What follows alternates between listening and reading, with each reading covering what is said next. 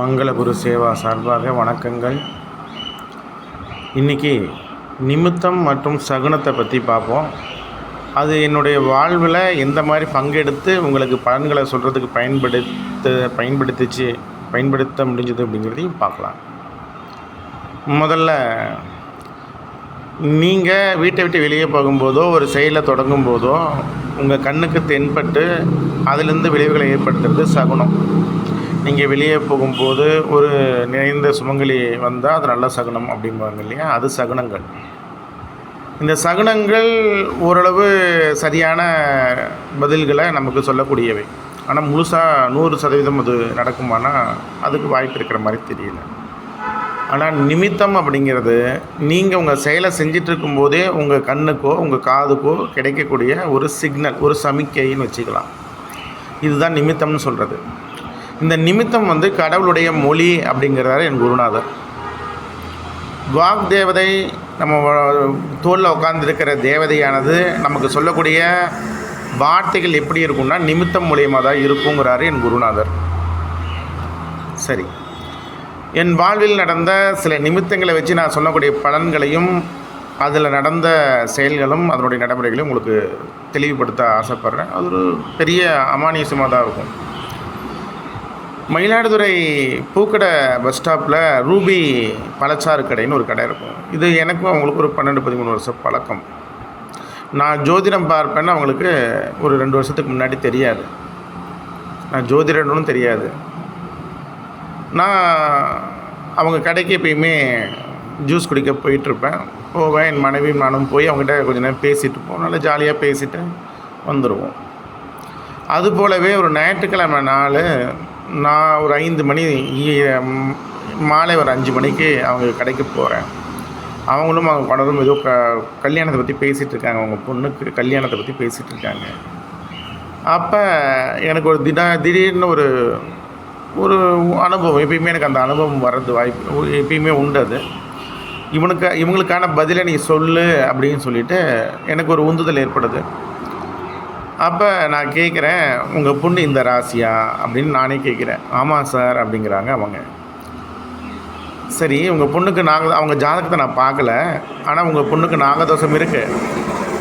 அந்த நாகதோஷம் இருக்கிறதால நீங்கள் நேராக திருநாகேஸ்வரம் போயிட்டு சூரிய குளத்தில் குளிச்சுட்டு ராகு பகவானுக்கு தரிசனம் பண்ணிவிட்டு வாங்க, நாகநாதனையும் பிரயணியம்மனையும் வணங்கிட்டு வாங்க, ஒரு நல்ல செய்தி கிடைக்கும், உங்கள் தடங்கள் நிவர்த்தி ஆகிடுங்கிறேன். இதை ஏன் சொன்னேன்னு ஒரு காரணத்தை சொல்லிடுறேன். ஞாயிற்றுக்கிழமை நாட்களில் 4 to 6 ராகு காலம். அன்றைக்கி ஞாயிறுங்கிறது சூரியனை குறிக்குது, ராகு காலங்கிறது ராகு குறிக்குது. அதனால் சூரிய குலம் எங்கே இருக்குன்னா திருநாகேஸ்வரத்தில் இருக்குது, ராகு பகவான் அங்கே தான் இருக்கார். ஸோ இந்த காரணத்தால் அந்த கோயிலுக்கு போயிட்டு வாங்க அப்படின்னு நான் ஒரு பரிகார முறையை சொல்கிறேன். அவங்க அதை பெருசாக கருதலை, ஆனால் கேட்டுக்கிட்டாங்க. அவங்க செய்வாங்கன்னு எனக்கு தெரியல. என் மனைவிக்கு எப்பயுமே ஒரு பழக்கம் உண்டு. அவங்களே எதுவும் கேட்கவே இல்லை, நீங்கள் ஏன் சொல்கிறீங்க, அது நீங்கள் இது என்ன சொல்கிறேன்னு தெரியலன்னு எங்கள் மேலே கொஞ்சம் சலிப்பு அடைவாங்க அவங்க.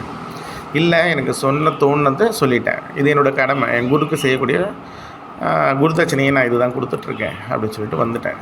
ஒரு 10-12 நாளுக்கு மேலே ஆகிடுச்சு. திடீர்னு ஒரு நாள் நைட் நேரத்தில் அங்கே போய் பாதாம் பால் குடிக்கிறதுக்காக உட்காடுறோம். அவங்க ஃபஸ்ட்டு எப்பயுமே சிரிச்ச முகத்தோடு தான் வரவேற்பாங்க.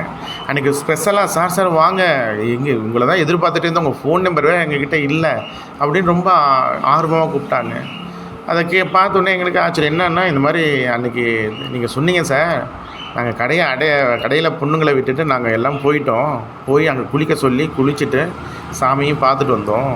ஒரு அதிசயம் சார், அன்றைக்கி ஞாயிற்றுக்கிழமை நைட்டு 11 மணிக்கு ஃபோன் வருது எங்கள் பூர்வீகத்தில் இருந்து. இந்த மாதிரி ஒரு மாப்பிள்ளை இருக்கார், அவங்களுக்கு எல்லாமே ஓகே தான், அவங்கள பற்றி விசாரிச்சுட்டாங்க, நீங்களும் பாருங்கள், புதன்கிழமை பொண்ணு மாப்பிள்ளையும் பார்த்துக்கிற மாதிரி செஞ்சுக்கலாம் அப்படின்னு சொன்னாங்க. நாங்களும் போனோம். எங்களுக்கும் திருப்தி. பொண்ணு வேண்டாம்னு சொல்லுவா, என்னான்னு தெரியல. இந்த டைம் சரி நான் ஒத்துக்கிறேன், இது நல்லா இருக்கு, எனக்கு பிடிச்சிருக்குன்னு சொல்லிட்டான். எங்களுக்கு ஒரே ஆச்சரியம் தான், உங்களை தான் நினச்சிக்கிட்டோம். இப்போ கல்யாணத்தை அடுத்த மாதம் ஃபிக்ஸ் பண்ணிட்டோம் சார், நீங்கள் கல்யாணத்துக்கு கண்டிப்பாக வரணும் அப்படின்னு சொல்லிட்டு சொன்னாங்க. திருப்பி அடுத்தடுத்த நாட்களில் பத்திரிக்கையும் கொடுத்தாங்க என்கிட்ட. இது என் வாழ்வில் நடந்த நிறைய அதிசயங்களில் இது ஒன்று. இது நிமித்தத்தால் தான் நடந்தது. அதாவது அங்கே போய் உட்காந்துருக்கும்போது எனக்கு ஏற்பட்ட அனுபவம், எதிரில் ஒரு சின்ன புது கப்பல்ஸ் வராங்க. புது தம்பதியர் வராங்க. அதுதான் எனக்கு நிமித்தம். இது ஒரு விஷயம். 2வது, ஒரு ஒரு குடும்பமே என்னை வந்து ஜாதகம் பார்க்க வராங்க.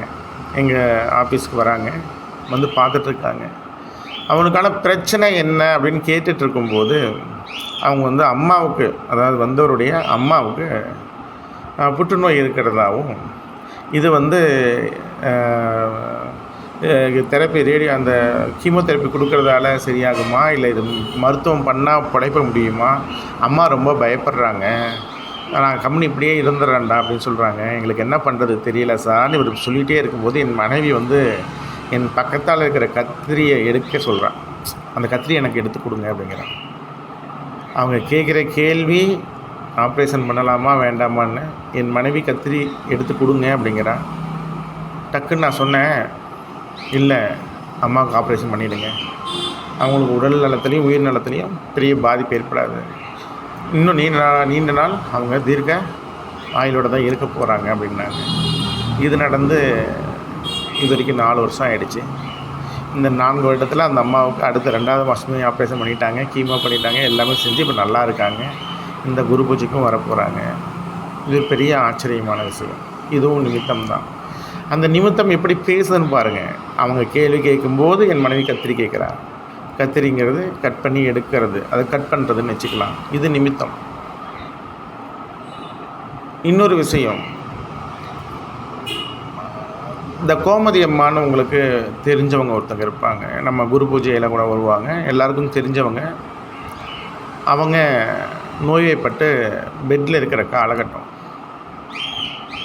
அவனுக்கு முதல்ல ப்ரெடிக்ஷன் எடுத்திருந்தேன், இந்த மாதிரி தான் நடக்க போகுது அப்படிங்கிறது என்னுடைய அனுமானமாக இருந்தது. அது ஊர்ஜிதம் பண்ணுற மாதிரி ஒரு நாள் வந்தது. அவங்களுடைய மகள் வந்து என்கிட்ட இந்த மாதிரி பெட்டில் இருக்காங்க சார், ரொம்ப முடியாமல் இருக்காங்க, என்ன பண்ணுறதுன்னு தெரியல அப்படின்னு சொல்லி அவங்க பேசிகிட்டு இருக்கும்போது நான் வீட்டில் இருக்கேன். ஒரு படம் ஓடிட்டுருக்கு, என் மனைவி பார்த்துட்ருக்கு. அப்படி அந்த படத்தில் இப்போவே வணக்கம் நல்வரவுன்னு போடுவாங்க. அது தமிழ் படம் தான். தி இண்டுன்னு போடுறான். தி இண்டு அப்படின்னு சொல்லிட்டு முடிவு விட்டுறது அப்படின்னு வருது. இவங்க வந்து என்ன ஆகுதுன்னு தெரியல சார், அது எப்படி சார் இருக்குன்னு அவங்க கேள்வி கேட்குற ஆரம்பிக்கிற நேரத்தில் அது வருது. அது ஒரு 2 நிமிஷம் 3 நிமிஷம் அப்படியே இருக்குது. அது அந்த திரையை விட்டு போகவே இல்லை. அந்த பின்னாடி எழுத்து ஓடிட்டுருக்கு, இது இண்டுன்னு மட்டும் போயிட்டுருக்கு. நான் அப்போ தீர்மானமாக சொன்னேன், இல்லை இது வாய்ப்பு இருக்கிற மாதிரி தெரியலைங்க, ஆனால் நீங்கள் கொஞ்சம் ஜாக்கிரதையாக இருங்க, முடிவு எடுத்துக்கோங்க அப்படின்னு சொல்லியிருந்தேன். இந்த மாதிரி நிறைய என் வாழ்வில் நடந்த விஷயத்தை சொல்லலாம். ஏன் இதை சொல்லன்னா, இந்த நிமித்தம் அப்படிங்கிறது என்னென்னா கடவுளுடைய மொழி. பிரபஞ்சம் நம்மக்கிட்ட பேசக்கூடிய மொழி எதுடா அப்படின்னா நிமித்தம் தான். அது நீங்கள் எப்படி கேட்கணுன்னா, கண்ணை நல்லா திறந்து, காதை நல்லா திறந்து, ஆள் மனசை நல்லா விசாலமாக திறந்து வச்சிருக்கும்போது இந்த நிமித்தங்கள் உங்கள் கண்ணுக்கு தெரியும், காதுக்கு கேட்கும், ஆள் மனசால் உணர முடியுங்கிறத மாற்று கருத்து இல்லை. இன்னும் சொல்கிறதா இருந்தால் தெய்வத்தின் மொழி நிமித்தம். இதை பற்றி இன்னும் நிறைய கதைகள் எங்கிட்ட உண்டு. ஆனால் மிக நீண்ட கதைகளாக இருக்கிறதால சிறு கதைகளை மட்டும், சில விஷயங்களை மட்டும் உங்கள்கிட்ட பகிர்ந்துக்கணும்னு ஆசைப்பட்றேன். ரொம்ப நன்றி. இந்த மாதிரியான விஷயங்கள் உங்கள் வாழ்க்கையில் மாற்றத்தை ஏற்படுத்துமான்னு எனக்கு சொல்லுங்கள். 2வது, இதில் உங்களுக்கு விருப்பம் இருக்கா அப்படிங்கிறது எனக்கு சொல்லுங்கள். கடவுளுடைய அருளும் குருவுடைய அருளும் பரிபூரணமாக அனைவருக்கும் கிடைக்கணும்னு சொல்லிட்டு என் குருநாதரை வேண்டிக்கிறேன். வாழ்க வளமுடன். நன்றி, வணக்கம்.